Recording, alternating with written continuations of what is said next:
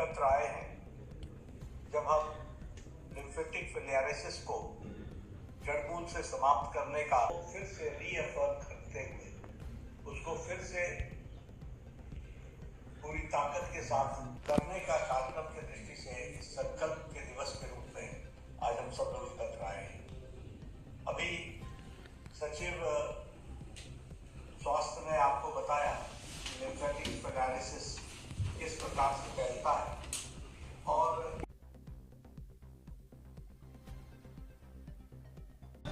आज केंद्रीय स्वास्थ्य मंत्री जेपी नड्डा साहब ने फाइलेरिया जो बहुत ही ख़तरनाक बीमारी है, मच्छर के काटने से होती है, उसमें पूरे देश में 111 ज़िले और हमारे मध्य प्रदेश में 9 ज़िले ऐसे हैं जहां पर एक सामूहिक दवा सेवन का एक महाअभियान आज शुरू हो रहा है 10 फरवरी से 25 फरवरी तक, जिसमें जो ज़िले हैं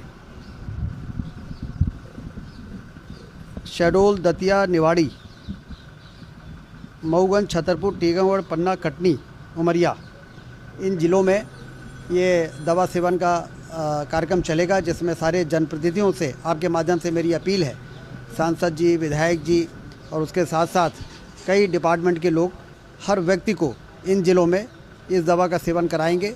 3 से लेके और 8 प्रकार की ऐसी दवाएं हैं जो भारत सरकार ने उपलब्ध करा दी हैं और इससे जो हाथी पाँव हो जाता है और हाइड्रोसिल की बीमारी, हमारे मध्य प्रदेश के इन 9 ज़िलों में 3000 के करीब हाथी पाँव वाले मरीज़ हैं और 1100 के करीब हाइड्रोसिल वाले मरीज़ हैं।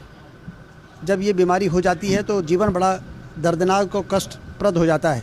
इसलिए मोदी जी की सरकार ने, हमारे केंद्रीय स्वास्थ्य मंत्री नड्डा जी ने एक विशेष अभियान चलाकर फरवरी के महीने में इन 10 से 25 फरवरी और फिर अगस्त में दूसरा अभियान चलता है और इसके माध्यम से जब वहाँ पर लगातार सर्विलेंस होता है उन ज़िलों में, जैसे 4 ज़िले ऐसे हैं जो अब फाइलेरिया मुक्त हो गए हैं। वो 4 ज़िले हैं सागर, सतना, छिंदवाड़ा और दमोह।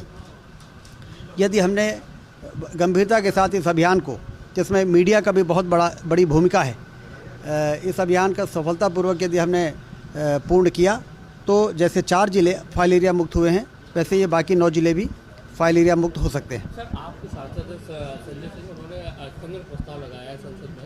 उन्होंने कहा कि कुंभ में बहुत ज़्यादा मौतें हुई है, जो आंकड़ा पेश कर रही है सरकार वो गलत है, क्या कहेंगे आप? देखिए, कुछ लोग ऐसे हैं राजनीति में जो इस प्रकार की घटनाओं को भी राजनीति का रंग देने की कोशिश करते हैं।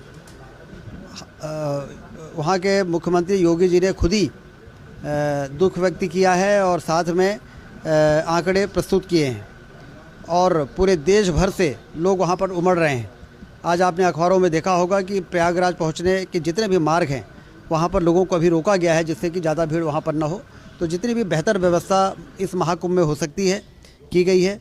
ये दुर्भाग्य की बात रही है कि अमावस्या के दिन बैरिकेड तोड़ देने के कारण कुछ लोगों ने अति उत्साह में जल्दी स्नान करने की मंशा से और ये भगदड़ हुई है, दुर्घटना हुई है। लेकिन दुर्घटना है, सभी लोगों को बड़ी तकलीफ़ है, लेकिन उसको राजनीति का रंग देके और इस आस्था के इस महापर्व में इस प्रकार की बातें करना उनकी नियति है और वो कर रहे हैं। लेकिन उत्तर प्रदेश की सरकार पूरी तरह से जितनी भी बेहतर व्यवस्था हो सकती है उसके लिए लगी हुई है। सर, ग्वालियर जिले में अगर देखें तो डॉक्टरों की कमी है। 2000 से ज़्यादा लोगों में सिर्फ एक सरकारी डॉक्टर है। कई जो ग्रामीण इलाकों के अस्पताल है वहाँ तो हालात और भी ख़राब है, संसाधन भी जो है उपलब्ध नहीं है। तो इन कमियों को कैसे दूर? इन कमियों को दूर करने के लिए 3500 डॉक्टरों की हम भर्ती कर रहे हैं। उसमें विशेषज्ञ भी हैं, मेडिकल ऑफिसर भी हैं, पैरा मेडिकल के जो स्टाफ हैं उनको भी करीब 8 से 10,000 लोगों की भर्ती हम कर रहे हैं। आउटसोर्स में भी 20,000 एक्स्ट्रा मैन पावर देने के लिए स्वास्थ्य केंद्रों में आदेश जारी हो गए हैं।